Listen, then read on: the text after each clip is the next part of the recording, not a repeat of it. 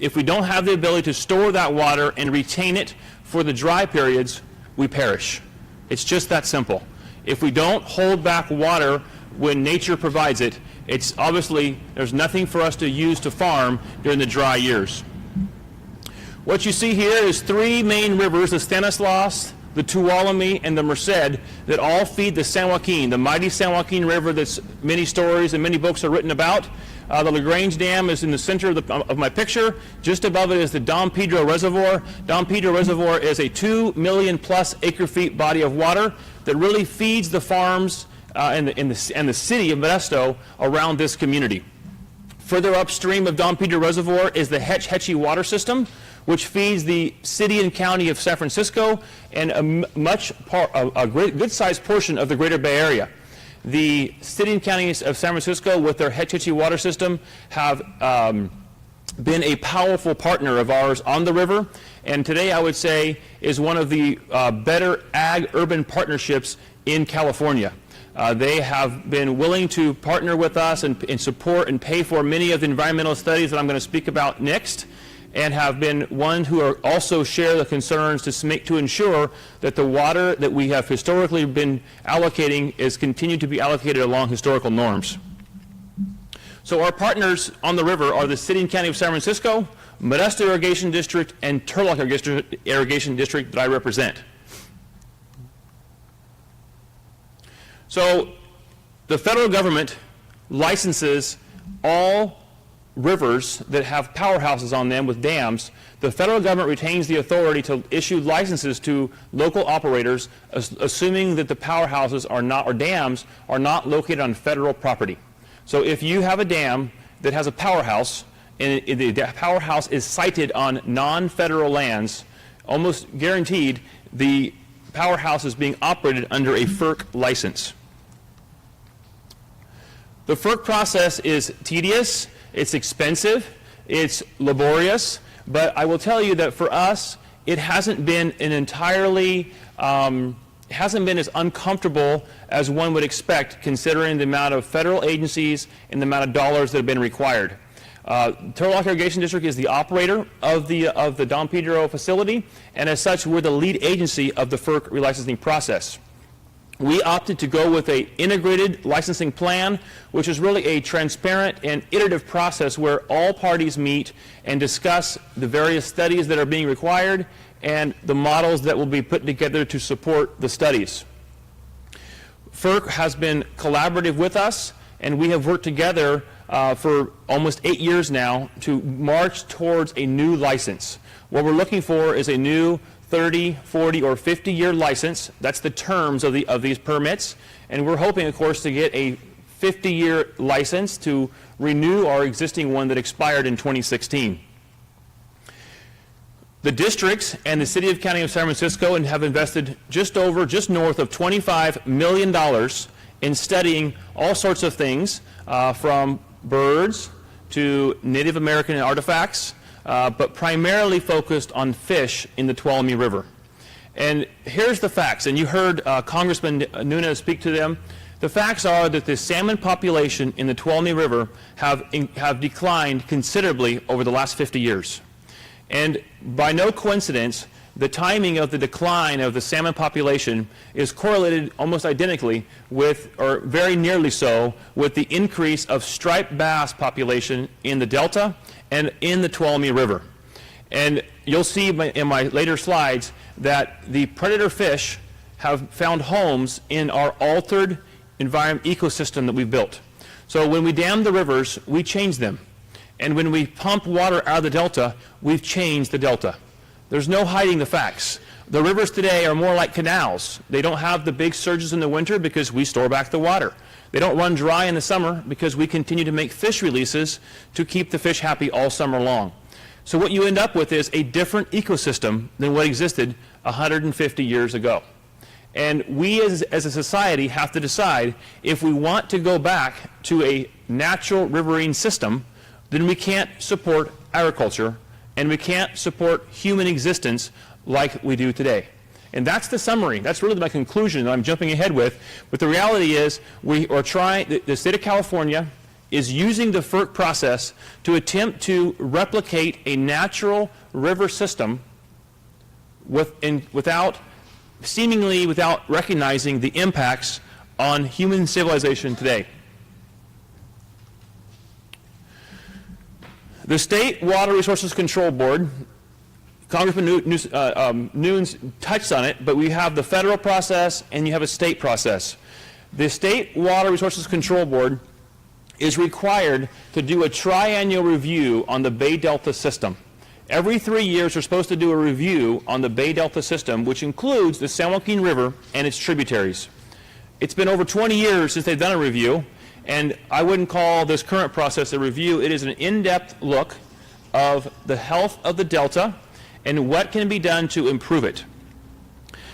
Unlike the FERC process that has been a transparent and iterative process where all parties can meet and work together, the State Water Resources Control Board, in a black box, has spent over $50 million and published a 3,800-page document, which, if I brought it here, it's incredibly big how much 3,800 pages of scientific documents look like, that basically say our studies, the $25 million spent by the districts, are of very little to no value, and instead an arbitrary number of 40% of the water that comes down the river should be released down the river, irrespective of the science, should be released down the river because they think it will make positive benefit to the river. The SED is what we call this State Water Board process, and this multi-pronged, multi-year SED effort is a process that will hijack the FERC relicensing permitting process.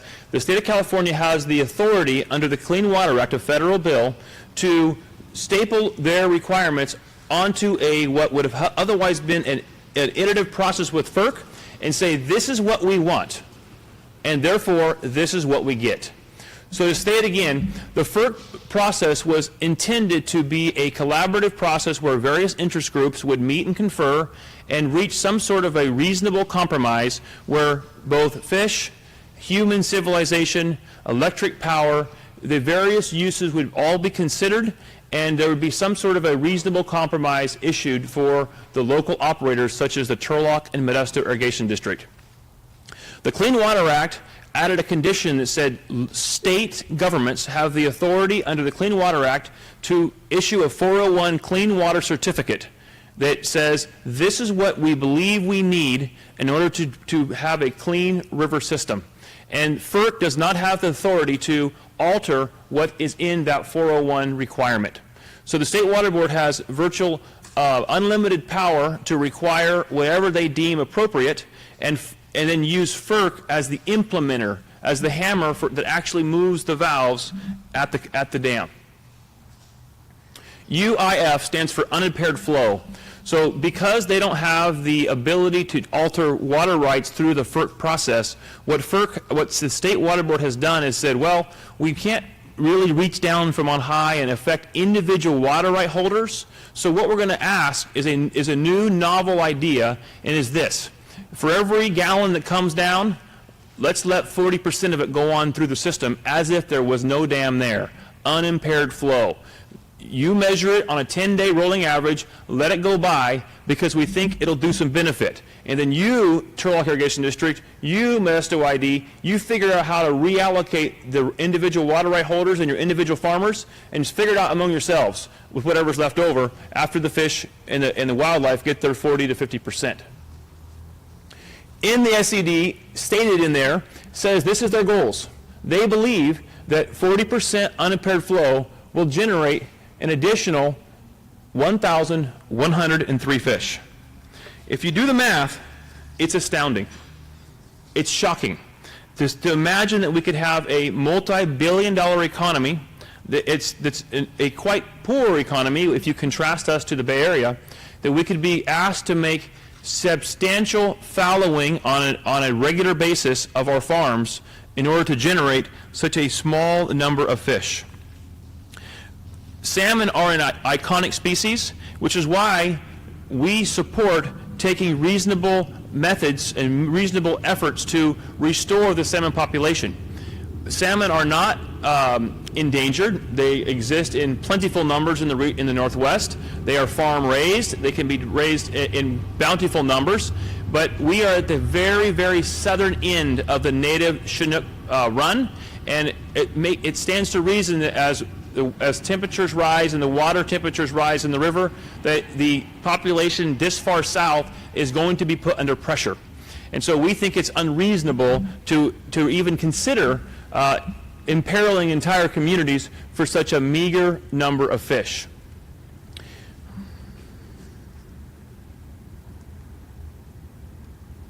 I'm talking about the fish, but the economics are this. The 2012 plan, and this slide is referencing a prior iteration of the SED because it has evolved a couple of times. Their claim in 2012 was that 35% unimpaired flow would fallow about a quarter of the irrigated farmland in the basin. Now, Mr. Winger, in his talk, referenced a couple of bus loads of farmers from this community that bussed themselves to Sacramento to implore the State Water Board, based on those facts, based in the State Water Board's document, implored them to reconsider and to take a better approach that was more water-wise and science-based. And the State Water Board went back behind closed doors, came back out 2 years later and said, instead of 35%, we'd like to have 40 to 50. 40 to 50%. They upped the numbers. They completely ignored our pleas and upped the numbers instead of reducing them. Dollar values are down below.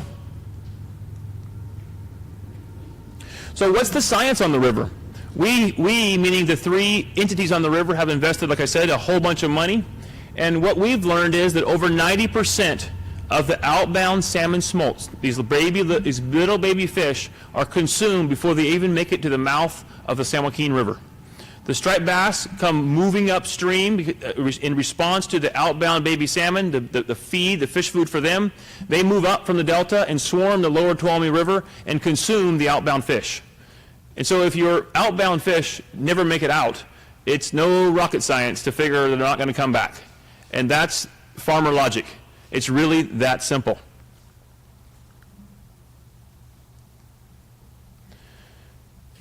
Dr. Hayes works for a federal agency that isn't typically very friendly to local water districts, and even Dr. Hayes put in a published peer-reviewed scientific report that says the striped bass could consume every outbound salmon and it would only make up 1% of their salmon diet.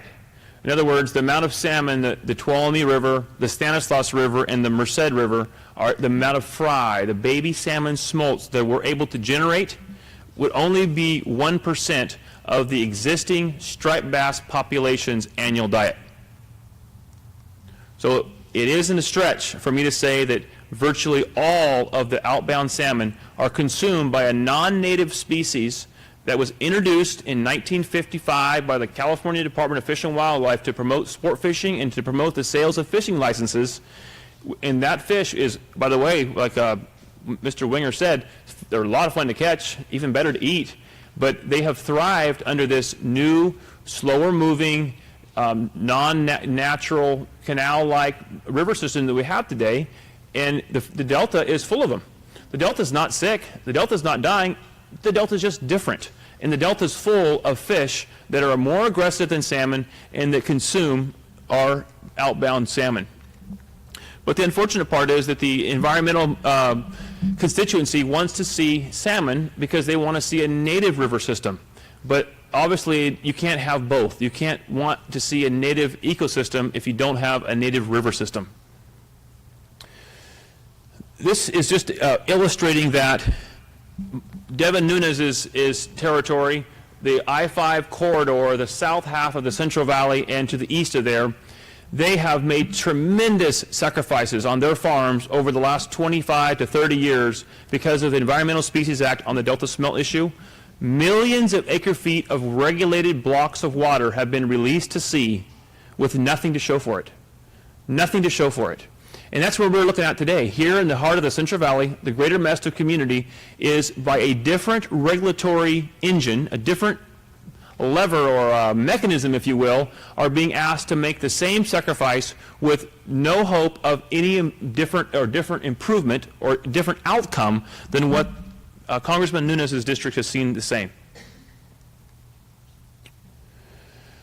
Our view means the local community, which as a board member of TID I represent. We believe that this whole concept is heavy-handed, and it ignores the state's commitment to its co-equal goals, which was a state pledge to water supply reliability and ecosystem improvement. And we believe that this 3,800-page document does neither. It doesn't improve the water supply reliability, and it won't improve the ecosystem.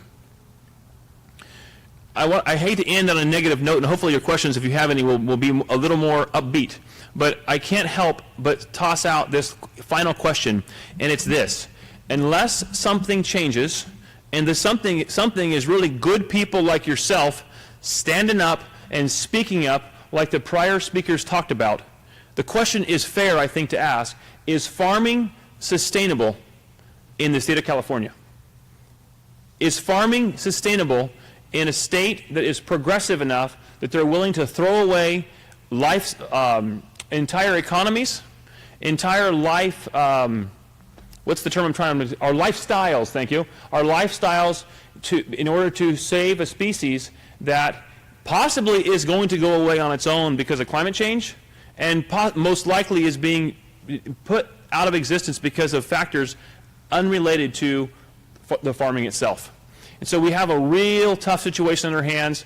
The districts and the local population are working really hard. Our local electeds, our state electeds, our federal electeds are all standing in lockstep on this issue. We're hoping for a better outcome. We're hoping for change. We've petitioned the governor. We're continuing to reach out to those in authority to try to get some sanity brought into this process. There are some in the moderate environmental community who do not wish to see harm to our farmers.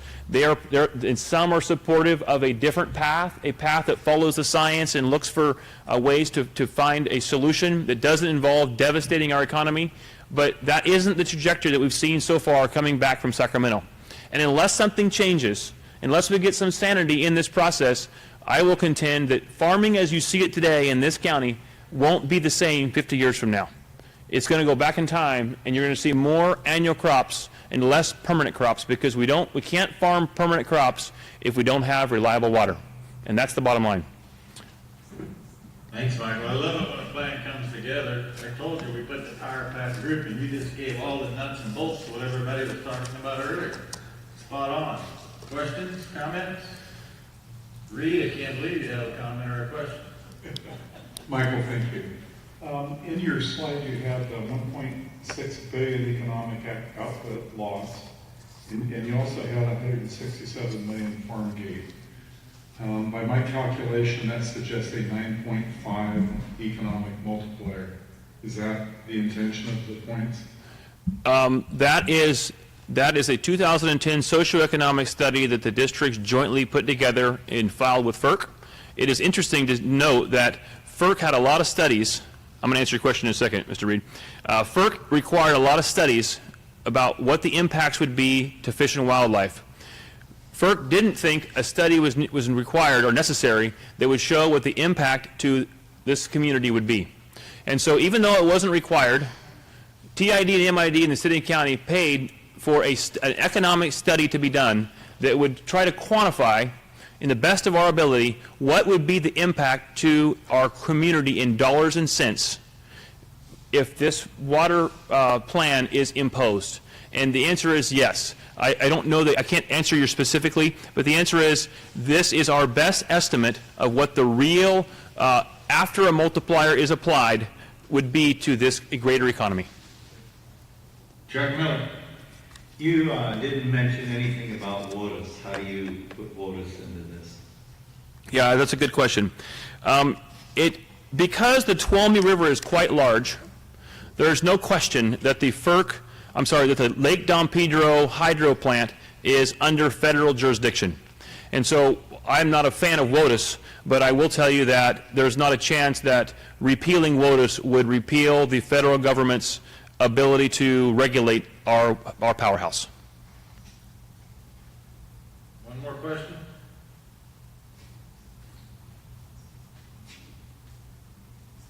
You're over your quota, young man. It's short. Litigation?